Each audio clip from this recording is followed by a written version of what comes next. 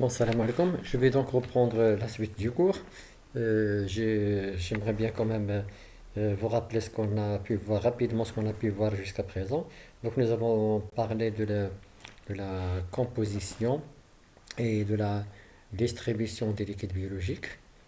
Euh, et dans les parties qui suivent, on va donc parler des régulations.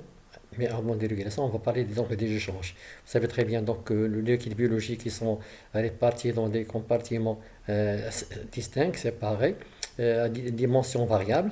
Ils sont donc répartis entre deux compartiments essentiels, le compartiment intracellulaire et le compartiment extracellulaire, qui est donc le milieu intérieur lui-même, est réparti entre une partie plasmatique, le plasma, et puis le liquide interstitiel, liquide dans lequel baignent nos cellules de l'organisme, et ce liquide interstitiel il peut être canalisé et prend donc le long de la lymphe. Et puis qu'il existe donc des échanges en permanence entre ces différents compartiments qui se font entre donc le plasma et le liquide interstitiel à travers les capillaires sanguins, et puis entre le liquide interstitiel et le liquide intracellulaire à travers les membranes cellulaires. Donc on va parler donc des échanges entre l'espace extracellulaire et intracellulaire, des échanges soit d'eau, soit de soluté. Alors nous avons pu voir que ces échanges se font à travers donc, la membrane capillaire ou bien qui est très perméable à l'eau et puis aux solutés, et puis la membrane cellulaire qui est plus perméable à l'eau que solidité. Et que cette membrane est présentée donc une perméabilité sélective. Donc il laisse passer certaines substances et non pas d'autres. Comme on a pu voir que la répartition des solutés entre les différents compartiments, surtout intracellulaires et extracellulaires, elle est très différente du fait de la présence de protéines dans le compartiment intracellulaire et non dans le liquide interstitiel, donc l'espace intracellulaire. Donc c'est ça qui fait donc ces protéines qui sont chargées négatives qui font que la distribution de part et d'autre de cette membrane, c'est-à-dire entre l'espace intracellulaire et extracellulaire, distribution des ions de soluté chargés est différente d'un compartiment à un autre. Et ceci donc étant géré ou assuré par donc ce qu'on a vu, l'équilibre de Gibbs-Dunning qui fonctionne grâce aux pompes, par exemple aux pompes sodium et potassium concernant donc l'équilibre des concentrations en sodium et en potassium entre le compartiment extracellulaire et intracellulaire. Donc nous avons vu que le compartiment extracellulaire présente donc une concentration très élevée, très importante en potassium, alors que le compartiment extracellulaire, c'est le sodium qui présente la concentration la plus importante et c'est ce qui sont donc responsables de l'osmolarité de chaque compartiment. Autrement dit, l'osmolarité principale est principalement assurée par la présence de sodium dans l'espace extracellulaire, alors que l'osmolarité de l'espace intracellulaire est due principalement à la présence de potassium, bien sûr, avec les anions qui l'accompagnent. Donc je disais que cette membrane présentait donc une perméabilité sélective et que le déplacement des solutés va dépendre de leur poids moléculaire, de leur taille, de leur liposolubilité ou également de leur charge, mais aussi lorsqu'ils ils ont un poids moléculaire élevé et qu'ils ne sont pas liposolubles, ils peuvent donc être traversés grâce à la présence de molécules transporteurs. Et tout ça est assuré donc par des protéines membranaires. Nous avons donc rappelé la structure de la membrane plasmique avec les différentes protéines qui peuvent jouer un rôle de transporteur ou de canon. Alors concernant donc les échanges d'eau entre les compartiments extra- et intracellulaires, ça veut dire bien que donc, je rappelle que la membrane cellulaire est plus perméable à l'eau, comme je vous ai dit, qu'aux solutés, alors que la paroi capillaire est très perméable à l'eau et aux solutés. Alors l'eau peut donc se déplacer d'un compartiment à un autre et deux facteurs déterminent donc le mouvement d'eau. L'osmolarité, donc c'est la pression osmotique générée par les solutés contenues dans une solution qui vont faire déplacer l'eau d'un compartiment à un autre. Donc c'est la présence de solutés osmotiquement actives qui va attirer l'eau vers elle. Donc le déplacement de l'eau d'un compartiment à un autre est appelé osmose. C'est la diffusion de l'eau à travers la membrane qui est semi-perméable ou perméable uniquement à l'eau. et également à la pression hydrostatique générée par le système cardiovasculaire. Alors ça, j'en ai déjà parlé. Pression hydrostatique, ce sont des forces de l'eau exercées contre la paroi qui vont tendance toujours à faire sortir de l'eau au-delà de cette paroi. Donc nous avons vu l'exemple de transport en vrac et que dans ce transport en vrac, il y a donc deux forces qui définissent le passage des solidités et de l'eau à travers la membrane, qui sont donc la pression hydrostatique et la pression oncotique qui est donc à la présence de protéines et surtout de protéines d'un compartiment à un autre. Donc le déplacement d'eau entre les compartiments est gouverné donc par ces forces osmotiques.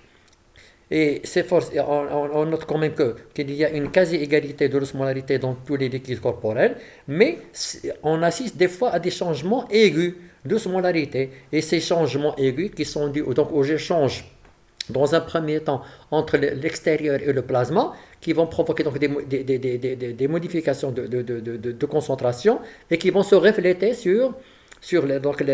ou bien qui vont générer donc également des échanges entre le plasma et le liquide interstitiel et entre le liquide interstitiel et le liquide intracellulaire. Donc c'est le gradient osmotique créé par les solutés le gradient osmotique, c'est donc il est créé par les solutés qui ne traversent pas les membranes. Et c'est ce gradient qui est responsable du déplacement de l'eau. Alors l'osmolarité extracellulaire, je rappelle qu'il est dû principalement au sodium et puis aux anions associés. Alors que l'osmolarité intracellulaire, il est dû donc aux ions potassium et aux anions qui y sont associés. Et c'est ça qui va donc définir le déplacement de l'eau d'un compartiment à un autre. Donc comme vous pouvez le voir, les échanges hydriques entre les secteurs plasmatiques et interstitiels, donc, et également entre le liquide intracellulaire et le liquide intracellulaire et le milieu extracellulaire. Donc ce qui va définir les échanges entre le milieu intracellulaire et le milieu extracellulaire, ce sont donc les pressions osmotiques.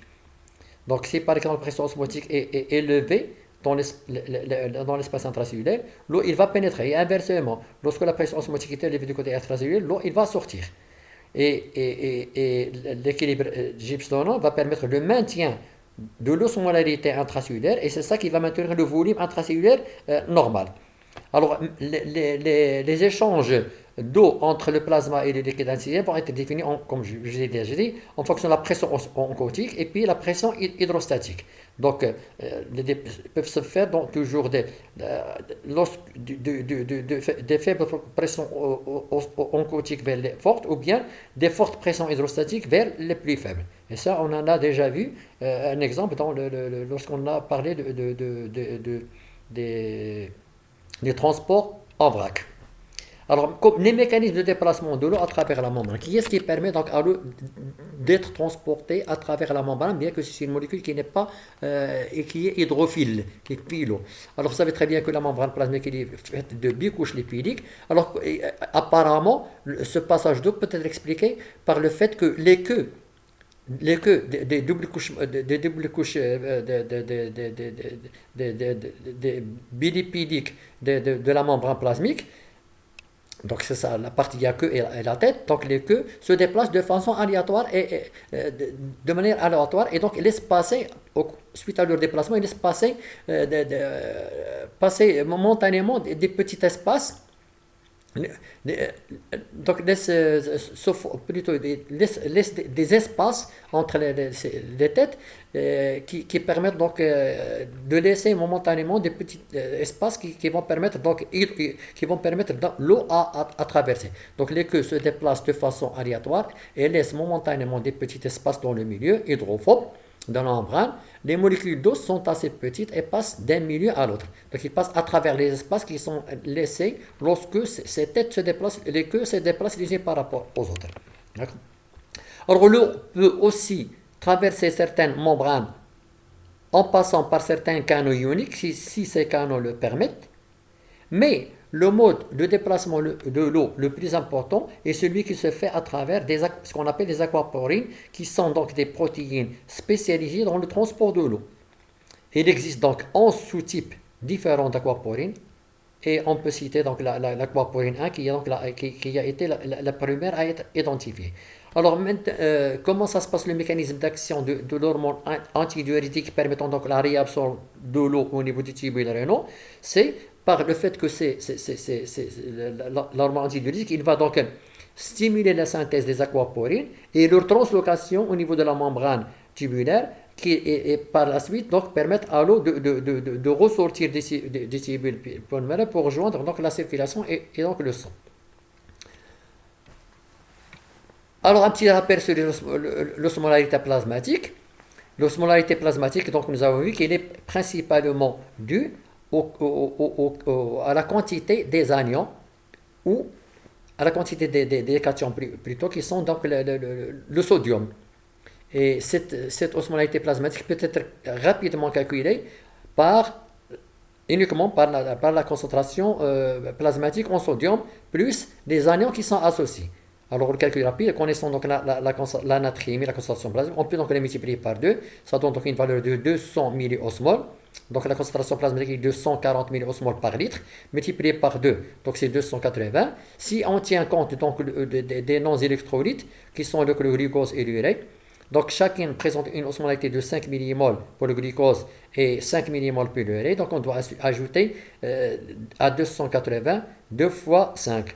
Donc l'osmolarité plasmatique, c'est 2 fois l'osmolarité de sodium plus celle du glucose plus celle de l'urée est égale à 290 milliosmoles par litre. Alors maintenant, nous avons pu voir qu'il y a une électroneutralité de tous les liquides corporels. C'est-à-dire qu'il y a autant de quantité d'anions que de quantité de cations. Et ceci est assuré par l'équilibre de Joule-Stonewall. C'est donc l'équilibre de Joule-Stonewall qui permet donc le maintien de cette électroneutralité. C'est-à-dire autant de charges positives que de charges négatives dans chaque compartiment.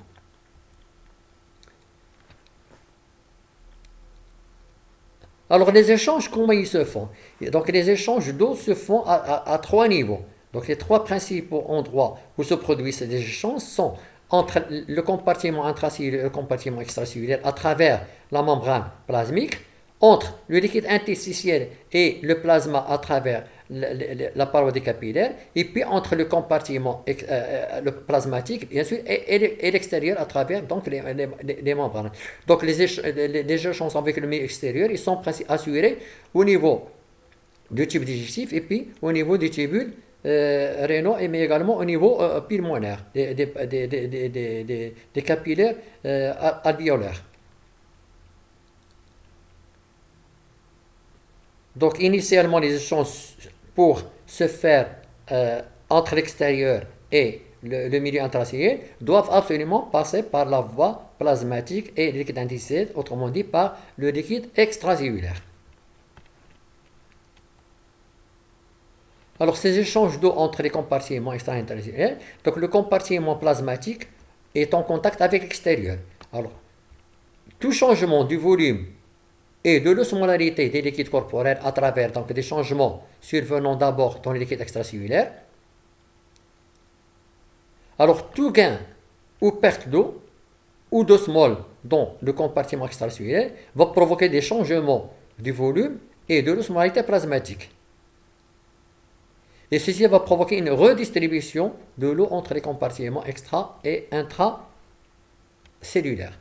C'est-à-dire que donc, tous les changements qui vont se produire entre le milieu extracellulaire et le plasma vont provoquer donc, une modification de la composition plasmatique. Et ceci donc, va générer des échanges automatiquement entre le plasma et le liquide interstitiel et ensuite entre le liquide interstitiel et le plasma. Et inversement, tout changement, donc, tout échange entre le liquide intracellulaire et le liquide interstitiel va se refléter sur le plasma et donc va permettre des échanges entre le plasma et l'espace extérieur. Par exemple, l'augmentation de la pression partielle de CO2 dans le liquide interstitiel va permettre au CO2 de diffuser dans l'espace interstitiel, qui va voir sa pression augmenter et donc, par rapport à celle du plasma, donc il va passer dans le plasma et ensuite la pression partielle de CO2 dans le plasma va être plus importante que celle des poumons et donc le CO2 va être diffusé à travers les poumons. Donc toute modification, donc un gain ou une perte d'eau ou d'osmol dans le compartiment extracellulaire va provoquer des changements du volume et de l'osmolarité plasmatique qui va donc provoquer une redistribution de l'eau entre les compartiments extra et intracellulaires. Exemple. Donc, l'exemple d'échange de pression et de volume de liquide extracellulaire et les conséquences sur les liquides intracellulaires. On parle du cas d'un gain de liquide isotonique. Qu'est-ce que ça veut dire isotonique? C'est-à-dire qu'il y a la même pression osmotique que le liquide intracellulaire. Autrement dit, vous avez donc une échelle de pression osmotique et une échelle de volume. Alors, si vous ajoutez du liquide qui a la même pression osmotique au liquide extracellulaire qui a la même pression osmotique du liquide intracellulaire, qu'est-ce qui va y arriver? Donc, vous avez par exemple, dans le liquide extracellulaire, vous avez la pression osmotique de 3000 milliosmoles dans 10 litres. Et vous ajoutez 3 litres, mais de manière iso-osmotique. Alors, à l'équilibre, qu'est-ce que vous allez avoir? Vous allez avoir, donc, dans le liquide extracellulaire, 3900 milliosmoles dans 13 litres. Donc, c'est la même chose que 3000 dans 10. Alors, 3010 est iso-osmotique par rapport à 6000 dans 20. D'accord? La concentration volumique, c'est-à-dire vous avez 300 milliosmoles par litre, c'est la même chose que, plutôt 3000 milliosmoles dans 10 litres, c'est la même chose que 6000 dans 20 litres. Donc vous divisez par deux, vous avez la même, c'est iso-osmotique, la même osmolarité. Alors vous ajoutez du liquide avec des osmoles, donc 3 litres, vous ajoutez 900 milliosmoles, donc vous allez maintenir la même concentration osmotique dans le compartiment extracellulaire par rapport au compartiment intracellulaire. Alors, à l'équilibre que vous allez avoir, vous avez donc le volume qui a augmenté, mais avec la même pression osmotique. Vous avez une augmentation du volume extracellulaire qui va se répartir entre le plasma et le liquide interstitiel de manière suivante, un quart dans le plasma et trois quarts dans le liquide interstitiel. Mais les pressions osmotiques entre le liquide extracellulaire et le liquide intracellulaire sont identiques. Donc il y aura autant d'entrées d'eau que de sorties. Est-ce qu'il va y avoir des changements? Donc vous allez avoir à l'équilibre, l'osmolarité du liquide intracellulaire va être inchangée. Parce que entre les deux compartiments, vous avez la même pression osmotique. Bien que nous avons ajouté donc, du liquide, on a gagné du liquide, mais du liquide isotonique. C'est le cas d'une perfusion, par exemple, d'un sérum osmotiquement avec la même osmolarité que celle du plasma. Alors, deuxième cas de figure, perte de liquide iso-osmotique. Le cas, par exemple, d'une hémorragie. Vous allez perdre du liquide, mais vous allez perdre également les solutés qui en contient. Donc, qu'est-ce qu'on va assister à la pression osmotique va être la même, mais il n'y a que le volume qui va baisser. Parce que, initialement, vous avez 3000 milliosmoles. Si vous perdez 3 litres, vous allez perdre en même temps 900 milliosmoles. Donc, vous allez avoir donc 2100 milliosmoles dans 7 litres. C'est la même chose que 3000 dans 10 litres. Et c'est la même chose que 6000 dans 20 litres. Donc, suite à cette perte d'eau, vous avez perdu autant d'eau, de l'eau, mais également de solidité avec une concentration de 300 milliosmoles par litre. Donc, à l'équilibre, vous avez la même pression osmotique. Donc, il y aura autant d'eau qui entre que d'eau qui sort. Alors, à l'équilibre, on va avoir une diminution du volume extracellulaire. Cette diminution va toucher aussi bien le volume plasmatique interstitiel, mais l'osmolarité, elle est inchangée. Donc, dans le premier cas, nous avons vu qu'il y a un gain isotonique, d'accord? Vous avez le volume qui augmente, mais l'osmolarité ne change pas. Et dans le deuxième cas, vous avez une perte isotonique, vous avez le volume qui diminue, mais l'osmolarité reste inchangée. Autre cas de figure, vous avez un gain d'eau pure. Alors là, vous allez donc étendre le volume, augmenter le volume, mais sans apporter de soluté. Donc on va voir 10 litres, à laquelle on va ajouter, qui contient donc 3000 milliosmoles par litre, ou à laquelle vous avez ajouté 3 litres, mais qui ne contient pas de soluté. Donc vous allez avoir on va avoir en fait 13 litres, mais dans les 13 litres, on va avoir que 3000 milliosmoles. Donc 3000 milliosmoles dans 13 litres. Donc c'est une concentration, la pression osmotique, il va baisser.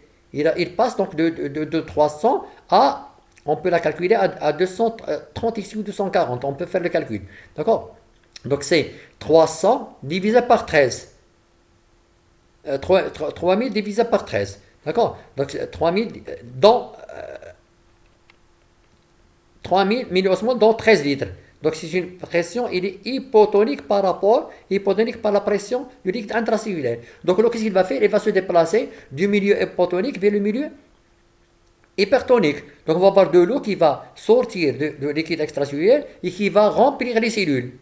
Et à l'équilibre, qu'est-ce qu'on va avoir? On va avoir donc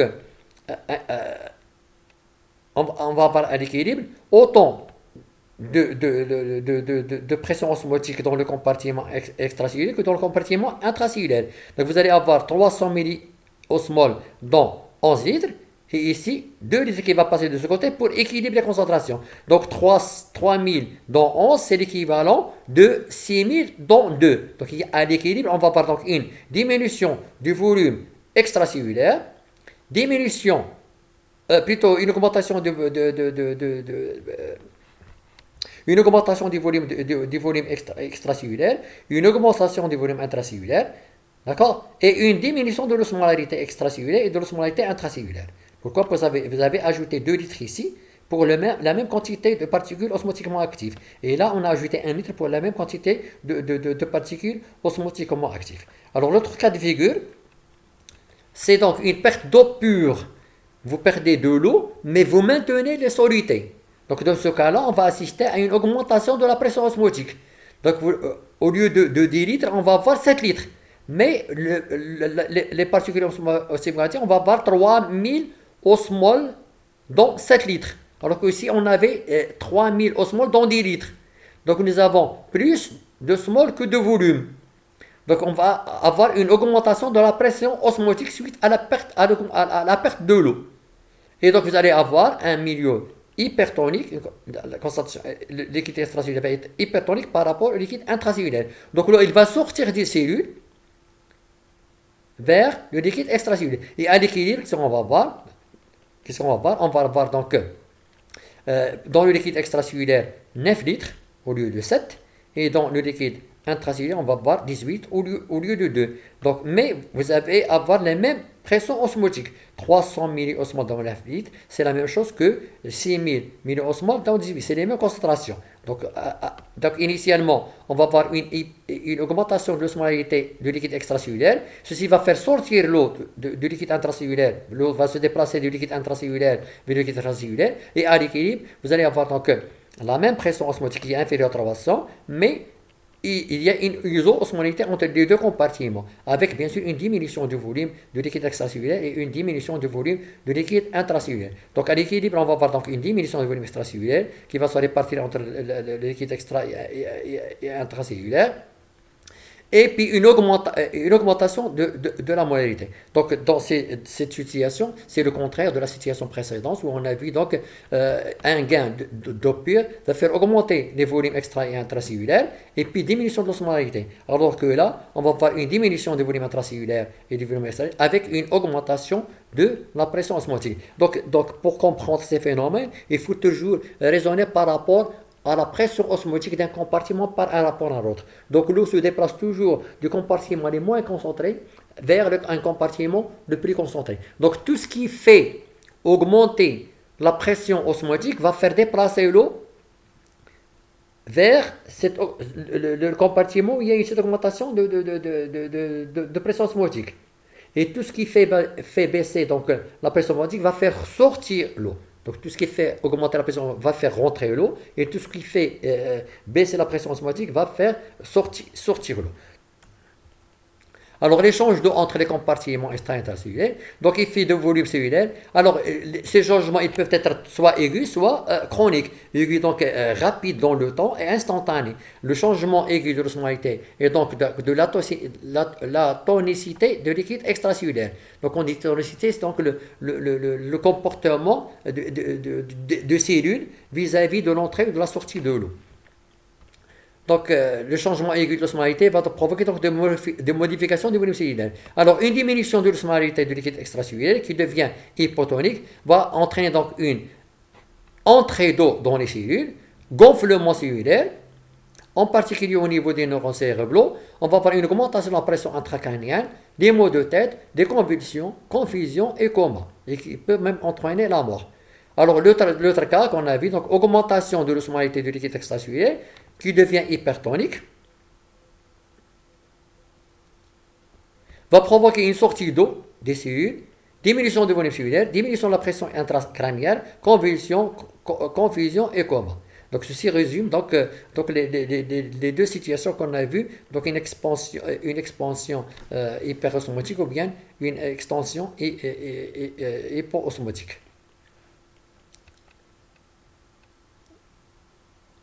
Alors, ceci concernant donc, ce qu'on vient de voir, c'est donc les échanges d'eau aigus. Alors, concernant les échanges de cations entre les liquides extra et intracellulaires, alors les anions ne traversent pas facilement la membrane cellulaire. En fait, ils sont donc repoussés par les protéines anioniques intracellulaires qui, elles, ne sont pas diffusibles.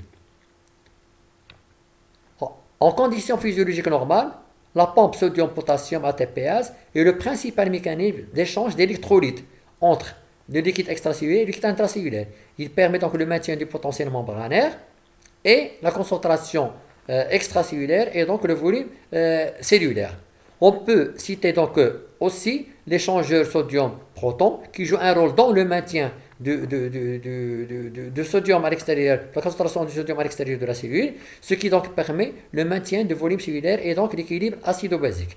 Alors certaines conditions liées à des équilibres ioniques vont entraîner des déplacements de cations de part et d'autre de la membrane plasmique, en échange avec d'autres cations pour préserver l'équilibre électrique des compartiments. Donc toute modification aiguë ou anormale de la concentration ionique, cationique ou ionique dans un compartiment va provoquer des régulations pour rétablir ces concentrations ioniques de part et d'autre d'une membrane biologique. Alors exemple, une diminution de la concentration en potassium du liquide extracellulaire, ce qu'on appelle une hypocalémie, c'est-à-dire une diminution de pression de la concentration en potassium dans le sang au niveau plasmatique, va provoquer une sortie du potassium des cellules. Donc c'est normal, si la pression partielle, la concentration en K+, dans le plasma diminue, ça va, pour rétablir les concentrations ioniques de part et d'autre, le potassium il va sortir de l'intérieur de la cellule.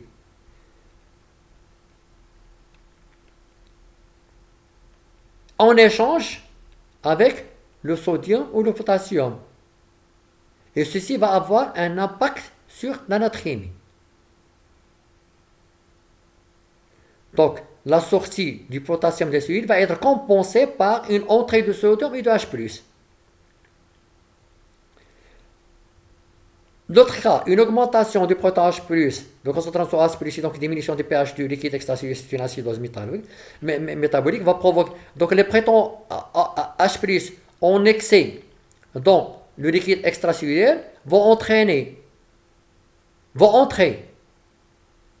dans les cellules en échange avec une sortie de Na+, ou de potassium. Donc c'est normal si le H+ augmente dans le plasma. Donc pour équilibrer la concentration de part et d'autre entre le plasma et le liquide intracellulaire, le proton H+ vont pénétrer à l'intérieur de la cellule. Donc c'est des charges positives en plus. Donc ils vont être récompensés par une sortie de sodium et de potassium de la cellule. Alors l'effet de la sortie du sodium est négligeable, dans la mesure où la perméabilité membranaire au sodium est très faible, mais l'effet de la sortie de potassium va provoquer une hypocalémie.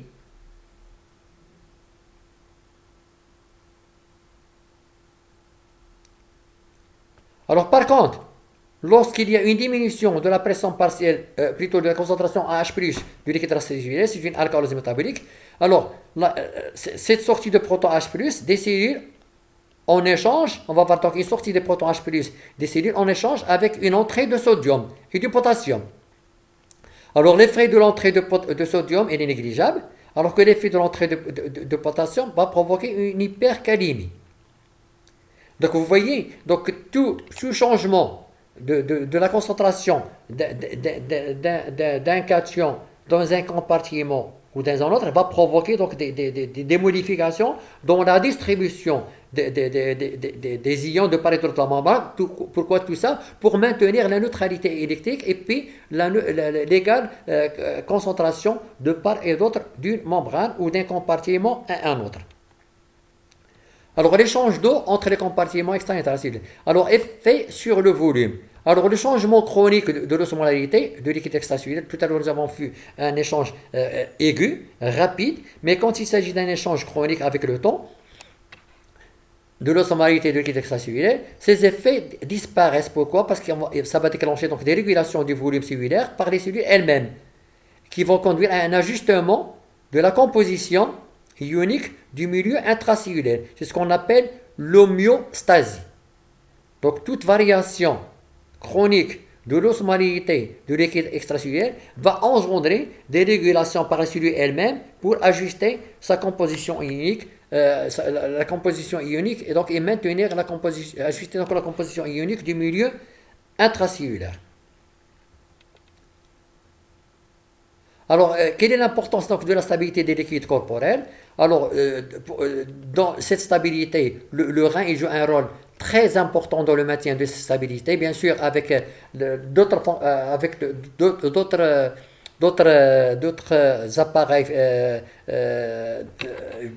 vitaux tels que le système cardiovasculaire et les poumons. Donc, le rein va permettre de maintenir la stabilité du milieu extracellulaire pour préserver le fonctionnement cellulaire. Alors, la stabilité de volume et de la composition du liquide intracellulaire est essentielle au fonctionnement des cellules. Il dépend de celle du liquide extracellulaire, du milieu intracellulaire, maintenu dans des limites très étroites. Exemple, la natrémie, le taux de sodium plasmatique normal est de 140 milliosmoles par litre. Alors, l'hyponatrémie sévère, lorsqu'il devient inférieur à 120 milliosmoles par litre, le plasma devient hypotonique et l'eau se déplace vers les cellules. On va voir donc un gonflement cellulaire avec des conséquences graves au niveau cérébral, douleur, confusion. Donc c'est l'exemple qu'on a vu tout à l'heure lorsqu'on a parlé donc des échanges d'eau. Donc si le taux de sodium plasmatique augmente ou diminue, ceci va provoquer une sortie d'eau, plutôt une entrée d'eau, ou une sortie d'eau vers le plasma ou vers le milieu intracellulaire. Alors, concernant l'acalémie, c'est le taux de sodium plasmatique. À l'état normal, il est de 4,5 millimosmoles par litre. Alors, l'hypercalémie sévère, lorsque cette concentration plasmatique en potassium devient supérieure à 5 milliosmoles. Donc, on va avoir une dépolarisation des cellules et augmentation de l'excitabilité nerveuse et cardiaque. Donc, c'est un risque d'arythmie grave et mortel. Alors, je reviens à ce cas-là. La natrémie, par exemple, plasmatique, lorsque la natrémie plasmatique devient inférieure à 120 milliosmoles par litre, donc le milieu plasmatique devient hypotonique par rapport au milieu intracellulaire. Donc, et l'eau va passer du plasma vers l'intérieur de la cellule. C'est ça qui va provoquer donc le gonflement de la cellule qui risque d'être mortel. Alors voilà donc avec les échanges, quelques exemples d'échanges et des régulations qui s'en suivent, l'échange d'eau et d'électrolytes. Alors là, on va passer à la définition de ce que c'est que la lymphe. Comment il est formé la lymphe et quelle est sa fonction. Alors vous avez donc un schéma qui montre un vaisseau sanguin avec bien sûr à l'intérieur vous avez donc le plasma et puis les éléments figurés du sang, les hématies et le leucocytes. D'accord? Et nous avons parlé donc des échanges permanents entre le plasma et le liquide interstitiel.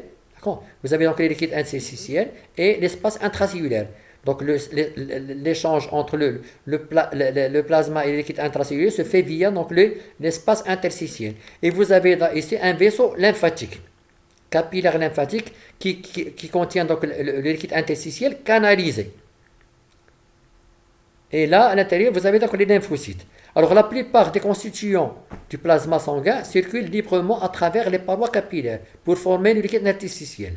Les capillaires sanguins perdent plus de liquide par filtration qu'ils n'en récupèrent par réabsorption. Lorsqu'on va parler donc de transport en vrac, donc il y a plus de liquide qui est filtré, une quantité par exemple de 20 litres qui sont filtrés, mais il y a seulement 13 litres qui sont réabsorbés. Alors où passent les 3 litres restants? Ils sont de ces liquides. Le liquide donc excédent, filtré environ 3 litres par jour, pénètre dans les capillaires lymphatiques. Donc il est réabsorbé dans les vaisseaux lymphatiques, où il constitue la lymphe. La lymphe finit par être drainée dans le sang veineux par le canal thoracique et le canal lymphatique droit à la jonction des veines sous-clavières et jugulaires internes. Donc vous voyez, donc, il y a une circulation lymphatique en parallèle de la circulation sanguine. Donc la lymphe qui va donc rejoindre la circulation sanguine via donc cette veine du canal thoracique, et donc l'excès de liquide qui n'a pas été filtré va donc rejoindre la circulation générale via donc la lymphe. Donc le liquide circulant donc en suivant vont suivre le liquide circulant donc en suivant donc les circuits donc en suivant donc le trajet suivant: artère sanguin, capillaire sanguin, espace interstitiel, papillaire lymphatique, la lymphe, vaisseaux lymphatiques et veines sous-clavières pour rejoindre la circulation. Donc la lymphe va servir à rétablir le volume qui a été filtré, qui n'a pas été réabsorbé. Autrement dit, la lymphe joue un rôle très important dans le maintien de la volémie. Alors, donc, composition de la lymphe interstitielle comprend donc en solution de très nombreuses substances à l'état ionique: bicarbonate, concentration 25 milli équivalent, le chlore, le sodium, calcium, potassium, 5 milli équivalent, l'acide organique, 5 milli équivalent, les protéines, 0,5 milli équivalent, en constatant que la lymphe est plus riche en ion chlore que le plasma. Donc, vous avez dans la lymphe 110 contre 103 dans le plasma, qu'il est moins riche en ion sodium, donc 132 milli équivalent contre 134, et que la teneur en ion carbonate est la même que celle du plasma. Alors que les protéines sont très peu abondantes dans la lymphe, 0,5 milli équivalent contre 17 milli équivalent dans le plasma. Rôle de la lymphe: il sera amené donc les différentes substances de la circulation sanguine aux cellules et de transporter les déchets de ces dernières afin de les éliminer. Alors il participe à la défense de l'organisme. Des ganglions sont des amas de globules blancs. Participent donc à la défense de l'organisme. Les ganglions lymphatiques sont donc des amas de globules blancs. Je vais donc m'arrêter